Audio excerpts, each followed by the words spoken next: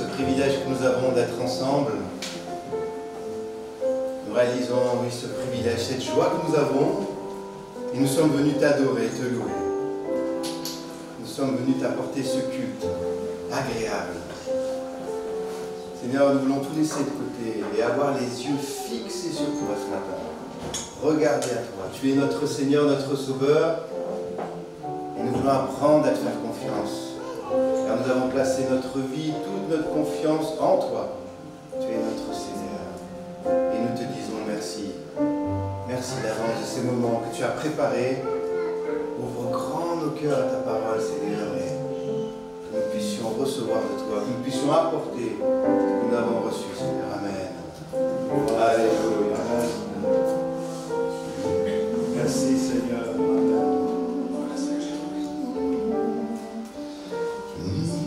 Gloire à Dieu. Bonjour à chacun, nous sommes heureux de nous retrouver. C'est une véritable joie. Amen. On le réalise. La communion fraternelle, il n'y a rien de mieux. La présence du Seigneur, on est bien dans la présence du Seigneur. Amen. Et j'aimerais commencer avec vous avec ce psaume 96. Chantez à l'Éternel un cantique nouveau. Chantez à l'Éternel, vous tous habitants de la terre. Donc on va chanter ce matin. Chantez à l'Éternel, bénissez son nom, annoncez de jour en jour son salut, racontez parmi les nations sa gloire, parmi tous les peuples ses merveilles.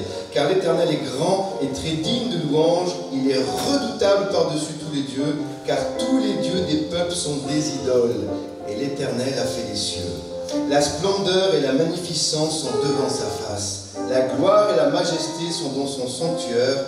Famille des peuples, rendez à l'Éternel gloire et honneur. Rendez à l'Éternel gloire pour son nom, apportez des offrandes et entrez dans ses parvis. Prosternez-vous devant l'Éternel avec des ornements sacrés, tremblez devant lui, vous tous habitants de la terre, dites parmi les nations, l'Éternel règne.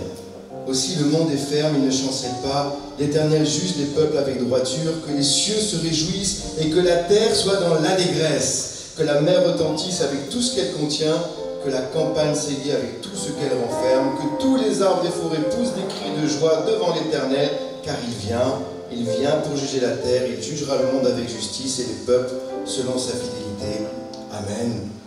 Et c'est une joie pour nous de nous retrouver pour adorer notre Seigneur.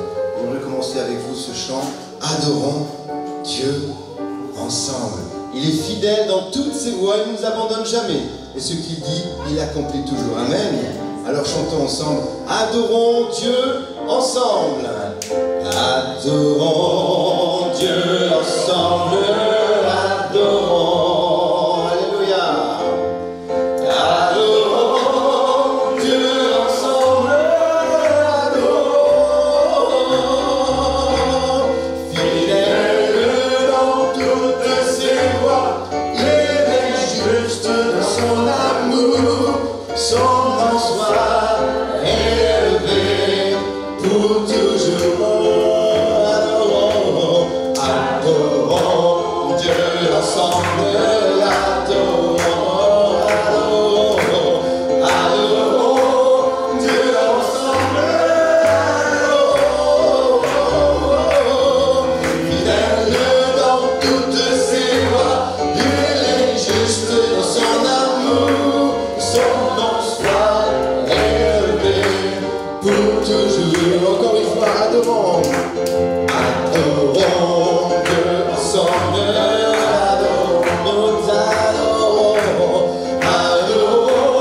Dieu ensemble, fidèle dans toutes ses voies, il est juste dans son amour, son nom soit élevé pour toujours, son nom soit élevé pour toujours, son nom soit élevé pour toujours. Amen. Le prochain chant dit, si tu sais le louer, si tu sais l'adorer, tu n'as rien à redouter. Si tu sais le louer, non pas seulement aujourd'hui le dimanche, mais si tu le sais le louer chaque jour, chaque matin. Et parfois il arrive que nous ayons du mal à nous lever, et nous savons Nous devons nous lever. Je dois me lever pour louer, pour adorer le Seigneur, pour passer un moment à méditer sa parole. Et nous savons combien, lorsque nous méditons, nous passons un moment avec notre Seigneur, toute la journée peut changer. Les circonstances, les événements ne les prendront plus de la même manière. C'est une nécessité de passer ce moment. Et je pense des fois à ce chant, quand on peut avoir un peu de mal à se lever. Que toute la terre se lève en son honneur. Bon, déjà moi-même, que je puisse me lever en son honneur. Il est le grand vainqueur, il est le seul Seigneur, il est maître. Il est maître, c'est notre Seigneur. Alléluia. Alors si tu sais le louer, si tu sais l'adorer, tu n'as rien à redouter. Sois dans l'allégresse, la victoire est à toi, nous le croyons. Si tu sais louer, si tu sais adorer, tu n'as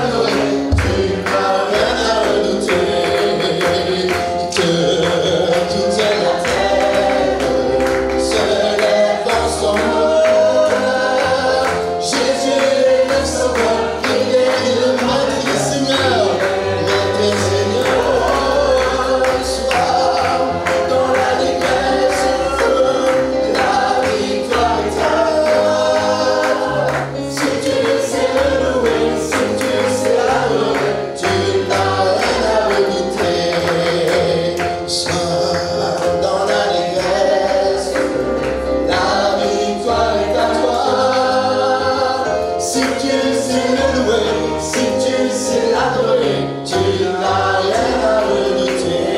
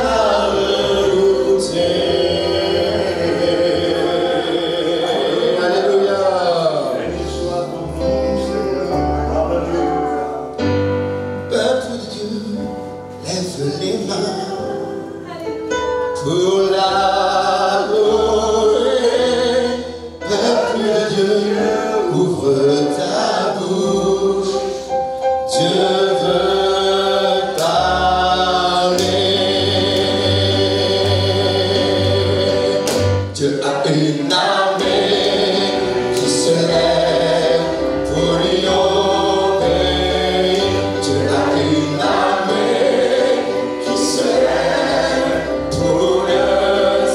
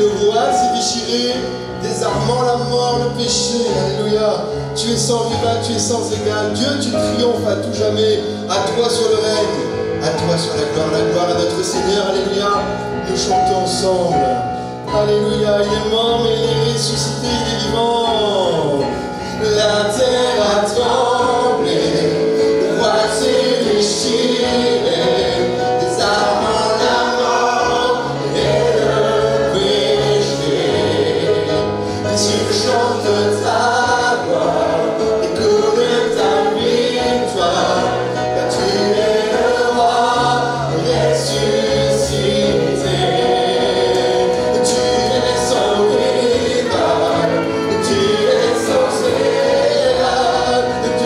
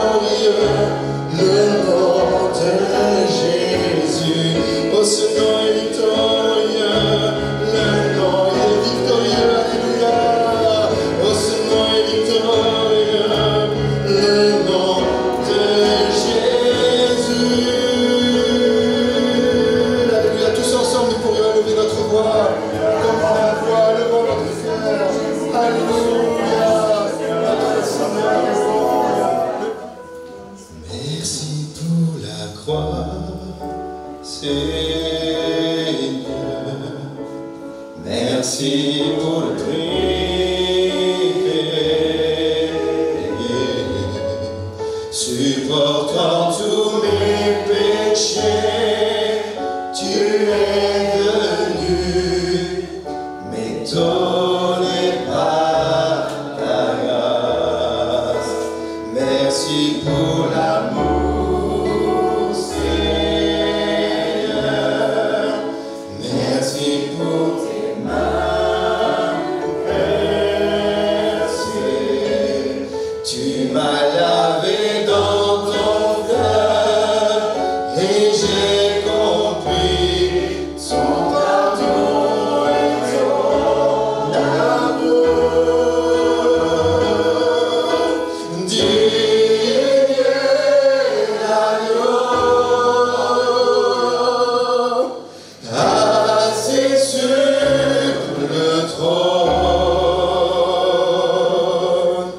couronné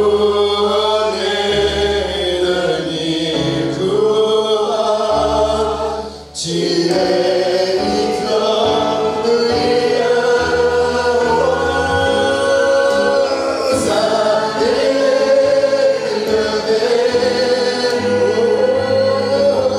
Jésus, Fils de Dieu, trésor des cieux, le trésor des cieux, fut crucifié.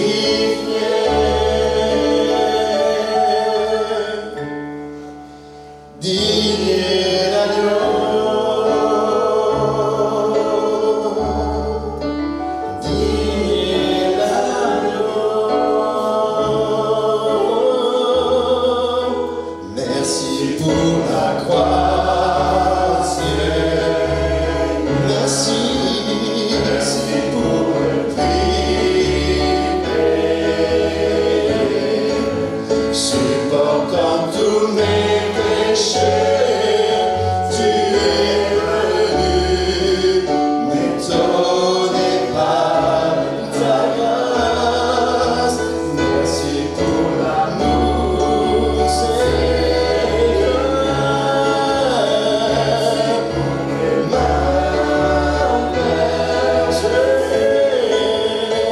M'a lavé dans ton cœur et j'ai compris ton pardon et ton amour. Digne l'agneau, assis sur le trône, couronné de mille couronnes. Il est victorieux, nous confessons, rien. Ça est levé, Jésus, Fils de Dieu, Jésus, Fils de Dieu. Le trésor des cieux fut crucifié.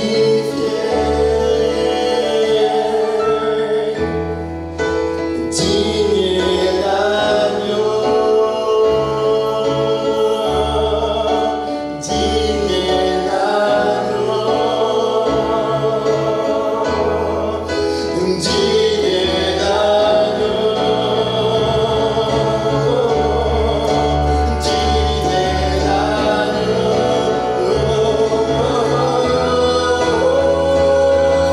digne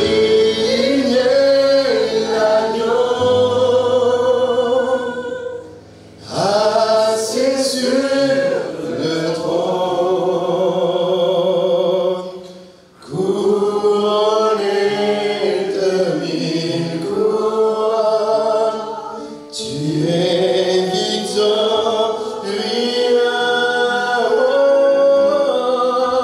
Ça est levé, Jésus, Fils de Dieu. Le trésor des cieux fut crucifié. Amen. Gloire à Dieu. Digne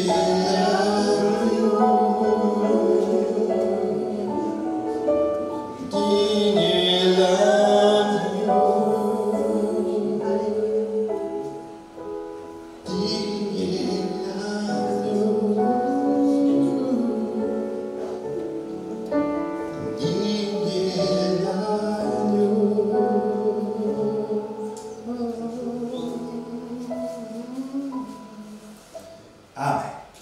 Gloire à Dieu. Alléluia. Alors nous ouvrons ce matin la parole de Dieu au chapitre 2 de la deuxième épître de Pierre et nous lisons au verset 20. On va lire du verset 20 au verset 22. 2 Pierre 2, 20. Voilà. Soyons attentifs.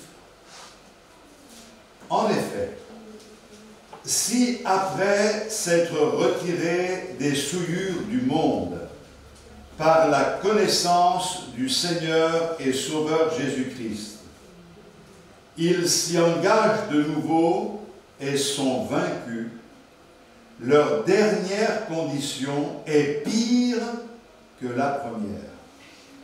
Car mieux valait pour eux n'avoir pas connu la voie de la justice que de se détourner après l'avoir connu du saint commandement qui leur avait été donné.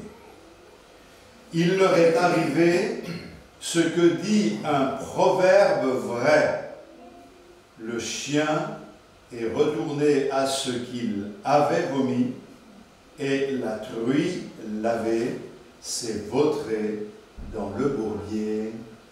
Amen. Paul fait référence à un proverbe, et il dit un proverbe vrai, car la première partie de ce proverbe, vous la retrouvez dans le livre des proverbes, et vous remarquerez que les gens, quand ils donnent un proverbe, souvent, ils trouvent leur référence dans la Bible, et on attribue à des personnes un certain proverbe, mais c'est déjà dans la Bible. La Bible est pleine de ces vérités, et le Seigneur insiste par la bouche de Pierre, pardon, je dis Paul, mais c'est Pierre, pour nous rappeler ce matin que la condition de celui qui a suivi le commandement de Dieu, goûté à la justice et qui s'est arrêté, s'est laissé rattraper par ces choses et s'est laissé vaincre, sa condition est pire que s'il n'avait jamais connu la justice. Il n'y a rien de pire que quelqu'un qui a été éclairé et qui abandonne la voie du Seigneur. Alors, je crois que ce matin, nous comprenons que le but du message, c'est de se poser la question et d'avoir ce désir profond dans notre cœur. Je ne veux me laisser ni rattraper, ni reprendre par ce que j'ai abandonné, par ce que j'ai laissé. Et si je dis les choses de cette manière, c'est que forcément, dans la Bible, nous voyons qu'on peut se laisser rattraper et reprendre par les choses que l'on a abandonnées, et notre condition devient alors pire que celle dans laquelle le Seigneur est venu nous trouver. Par la grâce de Dieu, en Jésus-Christ, notre Sauveur, nous avons pu échapper vraiment à beaucoup de choses, notamment nous échappons à la condamnation. Il n'y a plus de condamnation pour ceux qui sont en Jésus-Christ. Nous échappons à la perdition. Nous pouvons proclamer que nous sommes sauvés. Nous échappons au pouvoir du péché, parce qu'en Christ, nous trouvons la force de vaincre le mal, de vaincre le péché. Nous échappons également à l'esprit du monde qui agit autour de nous et qui est non pas l'esprit de Dieu, mais vraiment l'esprit du monde qui entraîne les gens et les berce d'illusions. Et puis, nous échappons à toutes sortes de dangers que nous aurions certainement connus et vécus si la grâce du Seigneur n'avait été notre partage et ne nous avait pas permis d'échapper à toutes ces choses. Cependant, nous devons veiller à ne pas, après avoir échappé à ces choses, nous laisser rattraper par ces choses nous laisser récupérer par ces choses. Et c'est ce que le texte nous dit. Nous allons essayer de comprendre d'une manière assez précise ce que je suis en train de vous dire.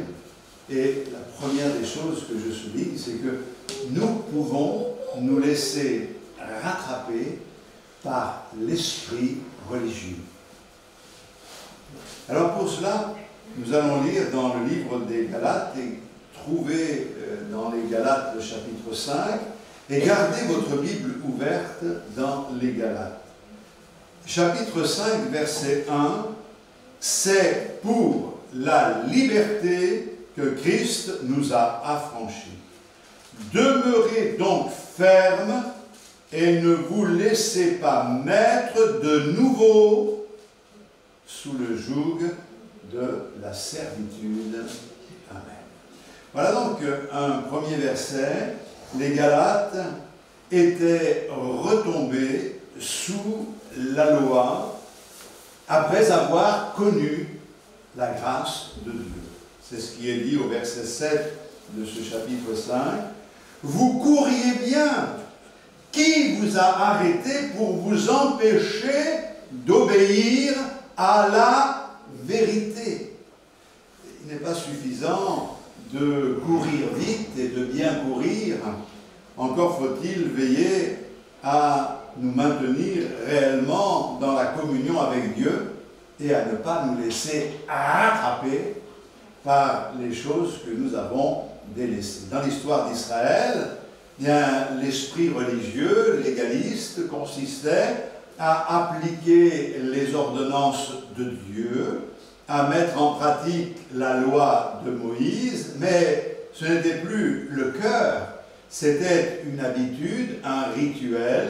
Ils voyaient seulement la forme, mais ils n'en avaient pas le fond. Et lorsqu'ils ont connu la grâce de Dieu, ils ont compris que les sacrifices qu'ils offraient à Dieu, entre autres, étaient inutiles, puisque le sacrifice suprême avait été offert. Jésus avait donné sa vie sur la croix du Calvaire, et il n'avait rien à offrir au Seigneur de cette manière-là. Or, le fait de vouloir retourner à ces pratiques montre qu'ils avaient perdu la foi dans le sacrifice de Jésus-Christ, et c'est pour cette raison que lorsque, en retournant à ces pratiques religieuses, après avoir bien commencé avec le Seigneur, ce peuple sortait carrément de la grâce de Dieu.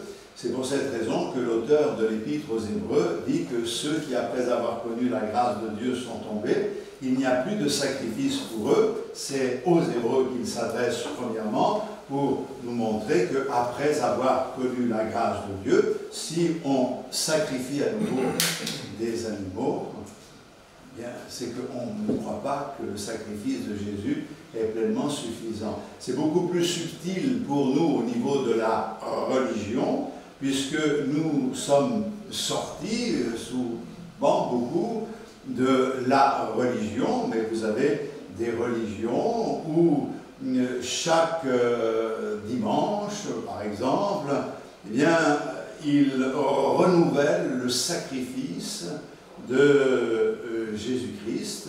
Et quand dans certaines cérémonies, on peut le dire à la messe par exemple, c'est le renouvellement du sacrifice de Jésus, comme si le sacrifice de Jésus avait besoin d'être renouvelé.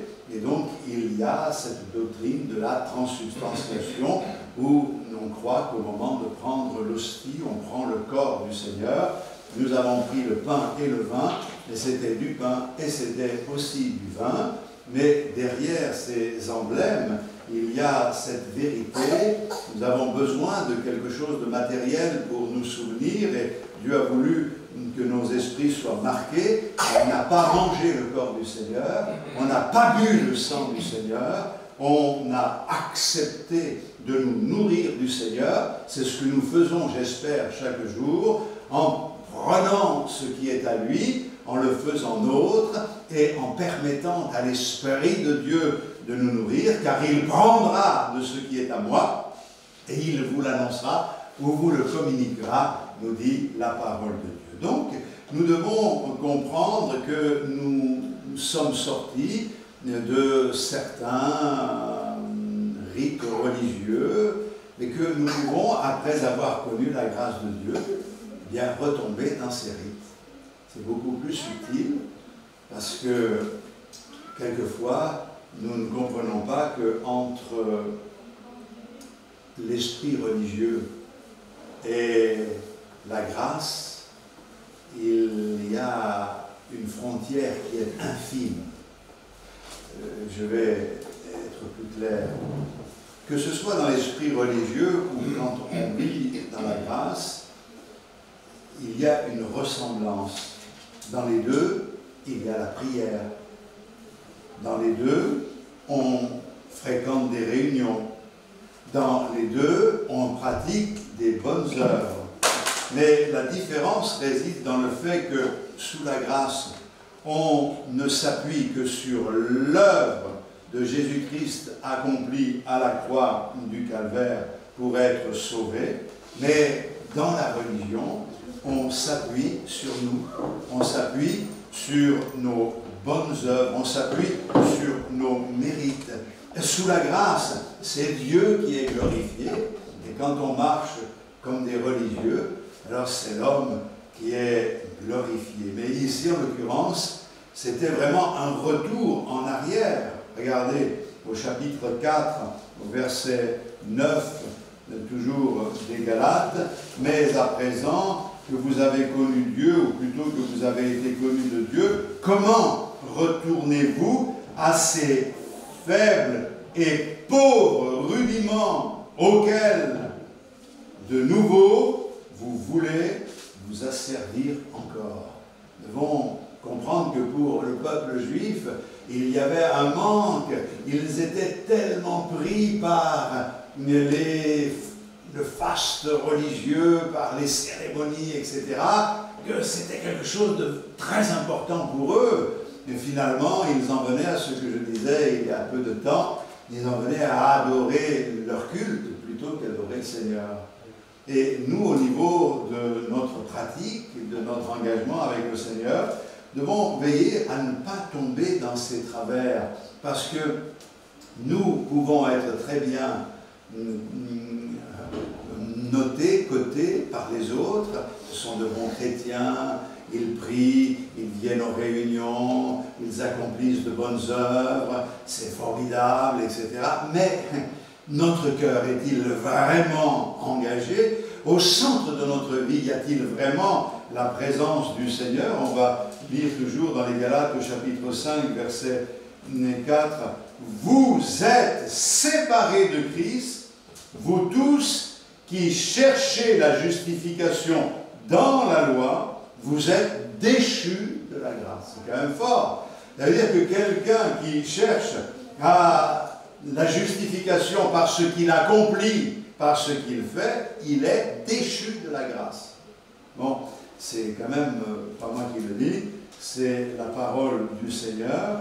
Et puis regardez ce qu'il est dit au chapitre 3, le verset 3. « Êtes-vous tellement dépourvus de sens, après avoir commencé par l'esprit, voulez-vous maintenant finir par la chair ?»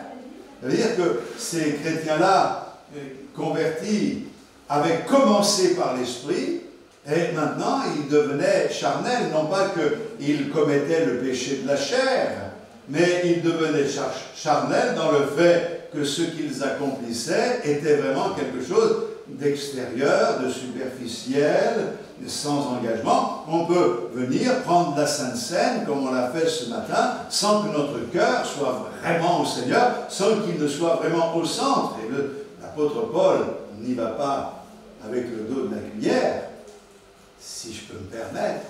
Il dit, vous êtes tellement, ou êtes-vous tellement dépourvus de sens. Vous êtes devenus fous, quoi. C'est ce que Paul dit. Comment pouvez-vous tomber aussi facilement dans ce piège-là? Bien sûr, il y a une solution à tout cela, c'est ce que nous trouvons dans le chapitre 6 des Galates, qui est le verset 14, « Pour ce qui me concerne, loin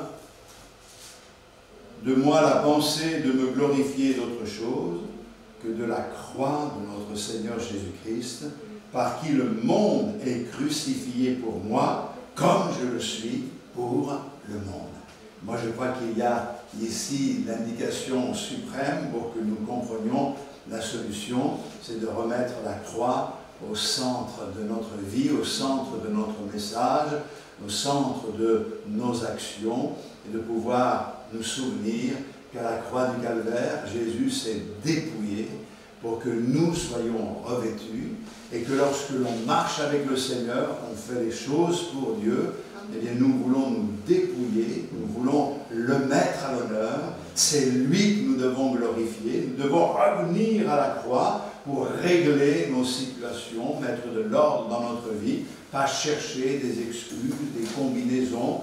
On ne cherche pas à rapiécer un vieux vêtement qui est usé. On a connu par la grâce de Dieu ce qu'est d'être revêtu d'un vêtement neuf. Nous voulons garder ce vêtement neuf par la grâce de Dieu, être de nouvelles créatures au premier jour de notre conversion, mais aussi après 25 ans ou 40 ans de conversion. Nous voulons permettre au Seigneur de nous renouveler. Alors, il faut bien que l'on comprenne qu'on a peut-être montré du doigt certaines religions en disant mais c'est la religion, le rite a pris les rites ont pris la place de la vraie vie, etc. On a montré du doigt, on a peut-être même condamné, que Dieu nous garde de condamner les autres, condamnons-nous nous-mêmes, parce qu'en fait, nous pouvons très bien être des chrétiens évangéliques pentecôtisants, et être de parfaits religieux, être des pharisiens. Et malheureusement, c'est ce que l'on voit de plus en plus. C'est comme une contagion, et que Dieu nous garde de tomber dans ces pièges pour que notre culte soit toujours un culte qui jaillit d'un cœur qui est renouvelé dans la présence du Seigneur et dans la communion avec Dieu. Ce matin, c'est ce que nous voulons. Maintenant, nous pouvons également être rattrapés par la culture, par les coutumes. Il faut en dire un mot quand même ce matin. On va lire dans Actes des Apôtres au chapitre 7, le verset 2. Étienne répondit, « Hommes, frères et pères, écoutez. Le Dieu de gloire apparut à notre père Abraham lorsqu'il était en Mésopotamie, avant qu'il s'établît à Charan, et il lui dit, « Quitte ton pays et ta famille, et va dans le pays que je te montrerai. » Il sortit alors du pays des Chaldéens. Je crois qu'il est bon de comprendre qu'Abraham a répondu à un appel que Dieu lui a adressé. Il habitait à Ur, en Chaldée, c'est l'Irak aujourd'hui, et là, il y avait toutes sortes de pratiques empreintes de magie, des pratiques païennes. Et quand Dieu lui a parlé, quand Dieu s'est révélé, il lui a demandé de quitter tout cela. Et de quitter sa patrie, de quitter son pays, de quitter même sa famille, de s'éloigner. Ce n'est pas, bien sûr, ce que le Seigneur indique dans le sens où l'Évangile ne nous pousse pas à séparer les familles, à disloquer les familles, mais il y a une séparation qui s'impose lorsqu'on se convertit, on abandonne les pratiques qui étaient les nôtres, quelles que soient les pratiques. Abraham avait reçu une promesse, et au chapitre 13 de la Genèse, nous trouvons cette promesse qu'il aurait une postérité. Peut-être que c'est intéressant de lire au chapitre 13, on va lire le verset 16. « Je rendrai ta postérité comme la poussière de la terre, en sorte que si quelqu'un peut compter la poussière de la terre, ta postérité aussi sera comptée. » C'est extraordinaire comme promesse. Il y a un hic. Il y avait un problème. Le problème, c'était quoi? Eh bien, le problème, c'est que Abraham reçoit la promesse qu'il aurait une postérité, mais il est déjà avancé en âge, et en plus, ou de surcroît, sa femme, qui s'appelait à l'époque Sarah, qui est devenue Sarah, était stérile. Donc, non seulement elle est stérile, mais maintenant, ils sont vieux tous les deux. Donc, c'est impossible que cette promesse puisse s'accomplir. Donc, si je lis au chapitre 16 de la Genèse et au verset 2, « Et Sarai dit à Abraham, « Voici l'Éternel m'a rendu stérile. Viens, je te prie, vers ma servante, peut-être aurai-je par elle des enfants. » Abraham écouta la voix de Sarai. Alors Sarai, femme d'Abraham, prit Agar l'Égyptienne, sa servante, et la donna pour femme à Abraham, son mari, après qu'Abraham eut habité 10 années dans le pays de Canaan. Il alla vers Agar, et elle devint enceinte. Quand elle se vit enceinte, elle regarda sa maîtresse avec mépris, et nous savons qu'elle a donné naissance à un garçon qui s'est appelé Ismaël, et je crois qu'il est bon de comprendre que Dieu appelle Abraham à quitter sa famille, sa patrie, à quitter son pays et à entrer dans la marche selon la foi. Or, il y a un obstacle insurmontable qui fait qu'à un moment donné, eh bien, il y a l'amorce dans son cœur et dans le cœur de sa femme de revenir aux coutumes. Ça peut aujourd'hui nous choquer de lire ce que nous venons de lire, mais il faut bien comprendre que dans le contexte de l'époque, lorsque le couple n'arrivait pas à avoir d'enfants parce que la femme était stérile, alors l'homme pouvait aller vers la première servante qui enfantait sur les genoux ensuite de cette femme, et le petit qui naissait devenait l'héritier. Alors ça nous choque aujourd'hui, mais c'était la coutume de l'époque. Or, le couple ici est rattrapé par la culture de leurs origines, et même si cette pratique peut choquer, elle est conforme à la culture qui était la culture de l'époque. Pourquoi je vous dis cela?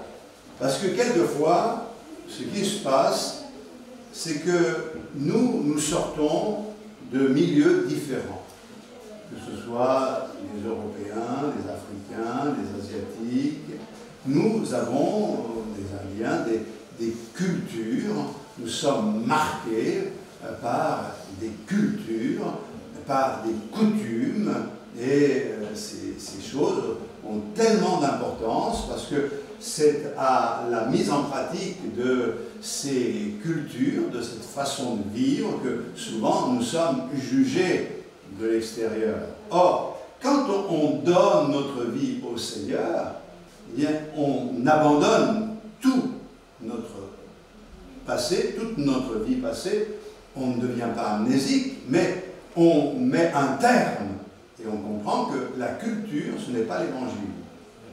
Et que l'évangile est le même pour les Italiens, les Africains, les Gitans, on a tous la même base, c'est la parole de Dieu. On ne peut pas dire qu'il y a l'évangile qui s'adapte à telle culture, l'évangile s'adapte à telle autre culture. Souvent, ces cultures sont en désaccord, en opposition même avec ce qui est écrit dans la parole de Dieu. Par exemple, je vais prendre un truc grossier pour que vous compreniez, mais il n'y avait pas le Pax à l'époque, mais aujourd'hui ça fait partie de la culture. Donc si ça fait partie de la culture, on se dit que c'est légal. Mais ce qui est légal n'est pas forcément approuvé par Dieu. Et là, dans le cas d'Abraham et Sarah, il faut que vous sachiez ce que la Bible nous montre, c'est qu'ils n'ont plus placé leur foi dans le Seigneur, et parce qu'ils n'ont plus placé leur foi dans le Seigneur, ils ont placé leur foi dans la culture de l'époque. Et à cause de ce problème, qui est un problème opposé à toutes les règles établies dans la parole de Dieu et que l'on retrouve plus tard, les principes existent avant même que la loi n'ait été écrite, bien, ont eu des conséquences gravissimes. Pourquoi? Parce qu'il est né un enfant, Ismaël. Plus tard, quand ils ont ouvert les yeux, Abraham s'est ressaisi, et Dieu a donné un fils. Le miracle s'est accompli. La grand-mère, enfin la mémé plus exactement, ou la personne âgée, a donné naissance à un bébé. C'était un miracle. Il fallait s'attendre à un miracle, et surtout, je crois que la naissance vraiment du peuple d'Israël, qui devait être le peuple phare pour les nations, est issue d'un miracle de Dieu. De la même manière que nous aussi, nous sommes le résultat d'un miracle de Dieu. Mais Dieu a accordé ce qu'il avait promis, et malheureusement, il y a eu inimitié entre les deux, et cette inimitié, elle dure encore aujourd'hui. D'ailleurs, quand on écoute les discours, les uns comme les autres se recommandent d'Abraham, mais les uns ont une position et les autres en ont une autre.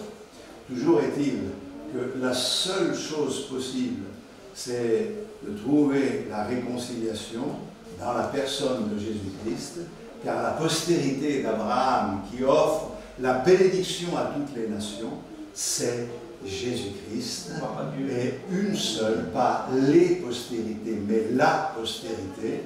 Nous ne sommes pas bénis parce que l'on fait partie d'un peuple, nous sommes bénis parce que nous acceptons Jésus comme notre sauveur personnel, et à partir de là, nous devenons membres du corps de Christ, et nous faisons partie du peuple de Dieu. Je ne suis plus un étranger, je ne suis plus une personne du dehors, je suis une personne de la maison de Dieu, je fais partie de la maison de Dieu, je suis concitoyen des saints, je peux bénir aujourd'hui le Seigneur parce que mon Dieu est mon roi, il est mon Seigneur, il est mon maître, mais il est aussi mon sauveur, mon conseiller, mon guide. En lui, j'ai tout pleinement.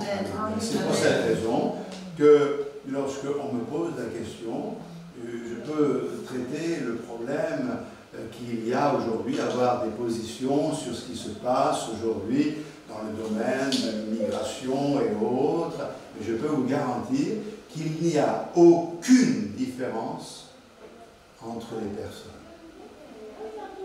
Nous avons tous un même cœur, et ce cœur a besoin d'être brisé au pied de la croix pour être sauvé. Nous avons besoin de passer par la repentance. Mais vous savez, que ce soit quelques-uns qui ont la peau de telle couleur ou de telle autre couleur, quand il y a une blessure, on a mal de la même manière, on a les mêmes émotions, et même si on est formaté d'une manière différente, on est les mêmes, parce qu'il n'y a sur la terre qu'une seule espèce qui peut devenir semblable à Dieu, c'est l'espèce humaine, et nous ne devons pas faire de différence entre les uns et les autres. Et c'est pour cette raison que toujours, et encore aujourd'hui, j'ouvre mes bras et j'aime les églises où il y a des couleurs, où il y a des origines différentes. Et mes frères et sœurs, la culture doit être mise de côté.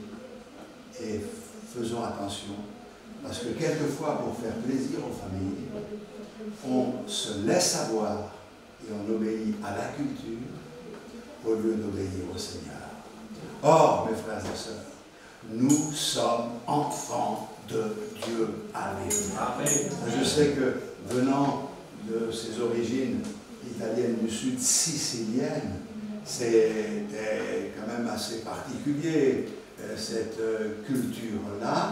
Et les chrétiens qui sont convertis, ces hommes, ces femmes, et certains qui faisaient partie même de la mafia à un certain moment, et bien, quand ils se sont convertis, sont devenus de nouvelles créations. Ils étaient très religieux dans leur apparence, avec toutes sortes de coutumes religieuses et de pratiques occultes, mais ils ont abandonné toutes ces choses. Gloire soit rendue à Dieu. Ils ont été certainement jugés, menacés, persécutés, et ils sont restés fermes dans leur position. Par exemple, dans le domaine de la mort, quand un être cher venait à mourir, alors les personnes s'habillaient vraiment en noir et il y avait des choses assez particulières et ça durait des années et des années. Et comme cela, c'était affiché partout. Aujourd'hui, les chrétiens ont une autre perspective et montrent une autre voie, la voie de l'espérance, à savoir que la mort, ce n'est pas la fin de tout, c'est juste le passage de cette vie à l'autre vie, où le Seigneur nous attend. Ce n'est pas une autre vie, puisque c'est la vie éternelle qui va se poursuivre, mais qui va connaître tout son sens quand nous serons avec le Seigneur dans la gloire. Alléluia. Je crois qu'il est important que nous réalisions ce matin que nous ne devons pas nous laisser rattraper par quoi que ce soit. Nous sommes en Jésus-Christ. Alors, j'avais bien d'autres exemples, mais je vais les laisser de côté. On peut se poser la question, comment ne pas nous laisser rattraper et reprendre par le diable? Pour cela, il faut que l'on connaisse ses plans. Et ces plans nous sont exposés dans la parole de Dieu. La Bible nous dit que Jésus, après avoir connu le baptême et après avoir été revêtu du Saint-Esprit, il a été poussé, envoyé par le Saint-Esprit dans le désert, où il a été tenté pendant 40 jours et particulièrement le dernier jour. Mais la Bible nous dit qu'après l'avoir tenté de toute manière, le diable s'éloigna de lui jusqu'à un moment favorable. La Bible nous dit que nous devons rester en Christ et ne pas donner accès au diable. C'est pour cette raison que l'apôtre Jacques nous explique: soumettez-vous donc à Dieu, résistez au diable, et il s'enfuira loin de nous. La possibilité d'être rattrapé par notre péché, qui a été lavé dans le sang de Jésus, est exprimée dans le cas, entre autres, de Caïn. Vous connaissez l'histoire de Caïn et Abel. Bien, dans l'histoire de Caïn et Abel, dans la Genèse, le chapitre 4 et le verset 7, le Seigneur dit à Caïn qu'il n'est pas content. Il est déçu parce que Dieu a approuvé l'offrande de son frère, mais pas la sienne. D'ailleurs, on peut ouvrir une parenthèse. Pourquoi? Parce que Abel, lui, a offert un agneau en sacrifice à Dieu. Et il a démontré à ce moment-là qu'il avait tout compris, que c'était une vie pour une vie. Sans effusion de sang, il n'y a pas de pardon possible. Il n'a pas donné au Seigneur le fruit de son travail, contrairement à Caïn, qui lui était cultivateur et qui a pris le meilleur des fruits et l'a offert au Seigneur. Mais c'était le résultat de son travail. C'est là toute la différence entre la grâce et la religion. Nous pouvons offrir au Seigneur le fruit de notre travail, de notre engagement, de nos efforts. Et nous attendre à être justifiés par tout ce que l'on fait. Ou alors, nous reposer sur l'œuvre accomplie par Jésus-Christ à la croix du Calvaire. Ce que Dieu agrée, ce qu'il approuve, c'est le sacrifice. Et le sacrifice de cet agneau a fait penser à Dieu, au sacrifice de Jésus-Christ qui s'est accompli plus tard. Mais maintenant, tout est accompli. Mais comme il était en train de maugréer, qu'il n'était pas content, le Seigneur lui dit certainement, si tu agis bien, tu relèveras ton visage. Et si tu agis mal, écoutez bien, le péché se couche à la porte et ses désirs se portent vers toi. Mais toi, domine sur lui. Ça veut dire que nous avons là une possibilité d'être rattrapés par les péchés du passé et retomber dans ce de quoi le Seigneur nous a sortis, tout simplement en ne veillant pas et en ne dominant pas le péché qui se couche, il est tapis à la porte et ses désirs se portent vers nous. Le péché nous désire au point qu'il veut nous rattraper, mais nous, on le laisse à la porte. On domine sur lui. C'est toute la problématique que l'on rencontre ensuite quand certains ont connu la grâce de Dieu et dérapent, ils retombent dans ce qu'ils ont abandonné. On voit qu'il y a dans leur vie une domination des choses qu'ils avaient laissées hier. Pourquoi? Bien, tout simplement parce qu'ils n'ont pas entendu l'exhortation du Seigneur. Certainement, si tu agis bien, tu relèveras la tête. Si tu t'attaches à moi, à ma parole, tu vas relever la tête. Le péché est à la porte. Il n'est pas loin. Il est à la porte. Ses désirs se portent sur toi. Mais toi, tu dois dominer. Et c'est ce que le Seigneur nous a donné, à savoir qu'il nous a donné la possibilité de dominer sur le péché, sans quoi nous serions malheureux. Parce que nous aurions reçu le pardon des péchés, mais pas la force de le dominer. Alors nous serions dans la religion. Vous savez, dans la religion, c'est ce qui se passe. C'est qu'on revient sans cesse pour demander pardon des choses que l'on continue sans cesse à pratiquer. Et je prends toujours cet exemple pour l'exprimer. C'est l'exemple du Père Martin qui va à l'église le dimanche et qui dit « Seigneur, je te demande pardon pour les 7 charrettes de foin que j'ai volées au Durand pendant la semaine. Seigneur, pardonne-moi. Seigneur, et il se reprend, tu peux en compter 10 parce qu'aujourd'hui, je vais en voler 3 autres. Et ça, c'est l'esprit religieux. C'est qu'on demande pardon à Dieu pour se donner bonne conscience, sans vraiment que ça change quoi que ce soit. Si ce matin, vous avez demandé pardon au Seigneur avec comme motivation de recommencer ce que vous avez laissé ce matin, eh bien, c'est ça, l'esprit religieux. Fuyez l'impudicité. Alors, je terminerai en disant ceci. C'est que le péché nous rattrape si nous ne veillons pas. Nous courons et nous devons bien courir. Par contre, nous pouvons nous laisser rattraper par notre Seigneur. Et ça, c'est une réalité. Regardez le psaume 139, verset 7. Où irai-je loin de ton esprit et où fuirai-je loin de ta face? Si je monte aux cieux, tu y es. Si je me couche au séjour des morts, t'y voilà.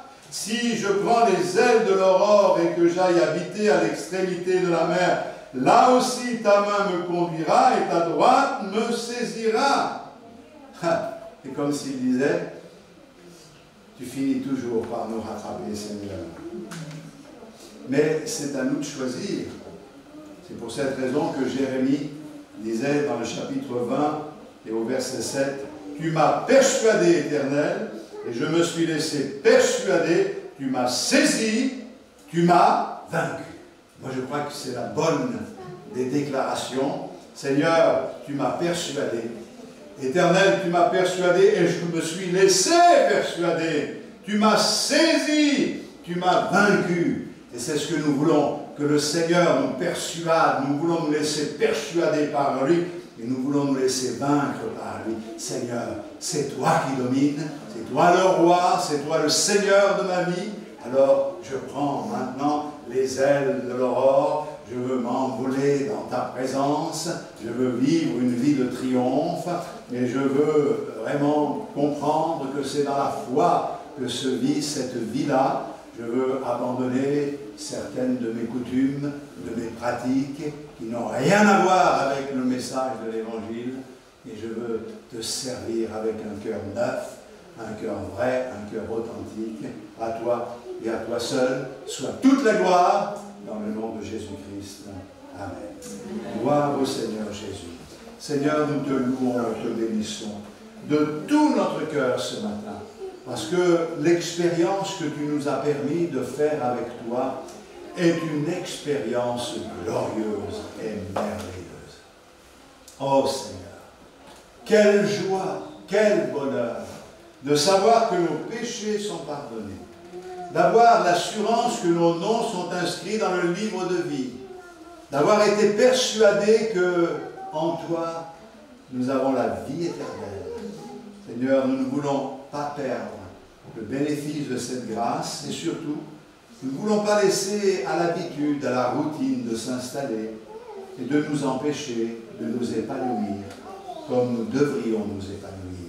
Seigneur, je te prie pour mes frères et mes sœurs de les ramener, de nous ramener tous sur le point central de l'Évangile, à la croix du Calvaire, et que là, Seigneur, puissions découvrir comme tout à nouveau ton amour, et que par amour, nous puissions faire le choix d'abandonner tout ce qui n'est pas à ta gloire, et de faire ta volonté, jour après jour.